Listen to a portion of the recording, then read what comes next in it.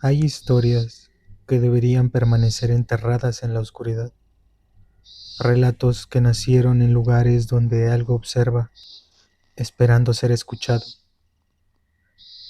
Bienvenidos a Susurros del Micrófono. Apaga la luz y escucha con atención. Existen lugares en México donde el bosque parece tener vida propia, no por los animales, no por el viento, sino porque hay algo ahí afuera, observando. Y esta historia ocurrió en Tapalpa, Jalisco, un pueblo rodeado por montañas, neblina y enormes bosques de pino y encino. Un lugar donde el frío atraviesa la ropa y el silencio de la noche puede sentirse más pesado que la oscuridad misma. Todo ocurrió hace 2 años. Éramos 6 amigos que trabajábamos en oficina y queríamos alejarnos un fin de semana del ruido de Guadalajara. Rentamos una cabaña apartada en los bosques de Tapalpa. En el grupo estaba Salvador, Beto, Carla, Fernanda, Iván y yo.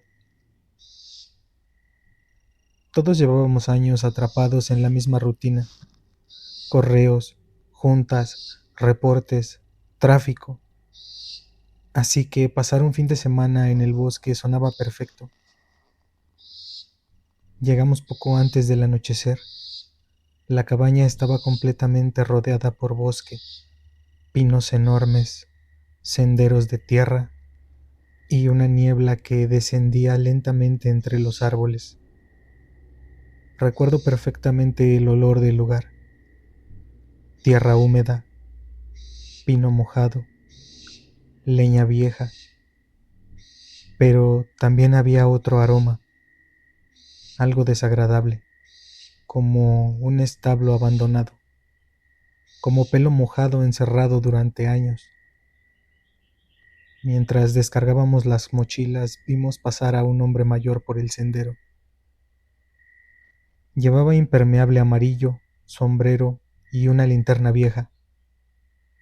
Se detuvo al vernos. No parecía asustado, parecía preocupado. «Van a quedarse aquí esta noche, ¿verdad?» «Sí», respondió Salvador. «Solo venimos a descansar». El hombre observó el bosque detrás de la cabaña. Luego volvió a mirarnos. «Cuando caiga la niebla, no se metan entre los árboles. Y si escuchan algo afuera, no salgan a buscar qué es». Beto soltó una pequeña risa. «¿Animales?». El hombre tardó unos segundos en responder.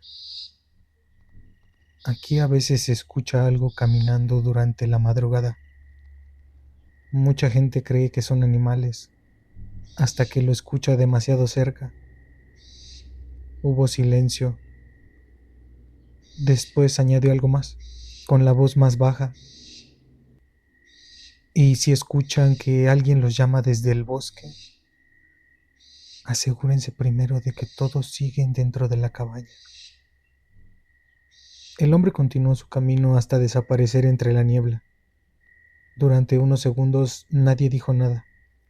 Después intentamos bromear para aliviar la tensión, pero el ambiente ya había cambiado. Esa noche hicimos una fogata frente a la cabaña. La leña crujía lentamente. Bebíamos cerveza. Escuchábamos música. Intentábamos olvidar la advertencia, y por un momento funcionó, hasta que Carla dejó de hablar. ¿Escucharon eso? Guardamos silencio. Entre los árboles se escuchaban pasos, lentos, pesados, irregulares. No parecían humanos, pero tampoco de un animal. Iván tomó una lámpara y alumbró hacia la niebla. No había nada, solo árboles y oscuridad. Entonces los pasos se detuvieron. Después escuchamos un resoplido. profundo, grave, demasiado cerca.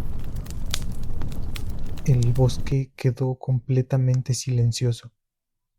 No había grillos, no había viento. Era como si todo alrededor hubiera dejado de respirar. Entonces vimos los ojos, rojos. No brillaban intensamente, parecían brasas encendidas dentro de una silueta oscura, y estaban demasiado altos, mucho más arriba de lo que debería medir cualquier animal. Iván dirigió la lámpara directamente hacia ellos, y entonces apareció. Era una cabra, pero estaba de pie. Su cuerpo era alto y delgado, cubierto por un pelaje negro y húmedo. Las patas delanteras colgaban hacia abajo de una forma extraña, casi humana. Las pezuñas estaban cubiertas de lodo, y el cuello parecía moverse como si los huesos estuvieran mal acomodados. Los cuernos parecían ramas secas retorcidas, pero lo peor eran sus ojos. No parpadeaban, solo observaban. La criatura permaneció inmóvil. Podíamos verla respirar, lento, profundo, como si el aire le costara trabajo. Entonces se inclinó la cabeza, demasiado, hasta un ángulo imposible, y sonrió. No era una sonrisa normal, era algo intentando copiar una sonrisa. Después abrió la boca y escuchamos la voz de Iván. Oigan, vengan. La misma voz, el mismo tono, pero Iván estaba junto a nosotros. Beto dejó caer la botella. Fernanda comenzó a llorar en silencio. La criatura permaneció inmóvil unos segundos más. Luego dio media vuelta y desapareció entre la niebla. Nadie discutió. Entramos a la cabaña, cerramos la puerta y tratamos de convencernos de que habíamos visto mal. Pero ninguno lo creía realmente.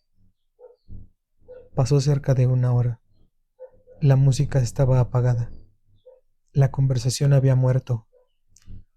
Entonces escuchamos un golpe, después otro y otro más. Algo había golpeado una de las paredes. Salvador miró por una ventana. No había nada, solo niebla. Entonces escuchamos pasos rodeando la cabaña, lentos, pesados, arrastrándose alrededor de nosotros. Los pasos desaparecieron. Durante varios minutos reinó el silencio. Entonces escuchamos un silbido, lejano, perdido entre los árboles. Y unos segundos después, otro silbido respondió, más cerca, luego otro y otro más, como si varias cosas se comunicaran en la oscuridad. El miedo comenzó a transformarse en pánico. De pronto la electricidad se apagó. Todo quedó oscuro. Solo teníamos las lámparas de nuestros teléfonos. Fue entonces cuando algo golpeó la puerta principal, tan fuerte que toda la cabaña vibró. Fernanda comenzó a rezar. Beto sujetó una silla como si eso pudiera servir de algo.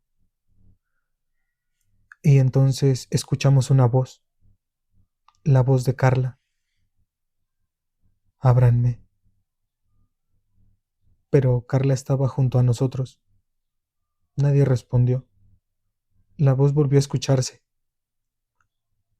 Tengo frío. Después llegó la risa, grave, distorsionada, imposible.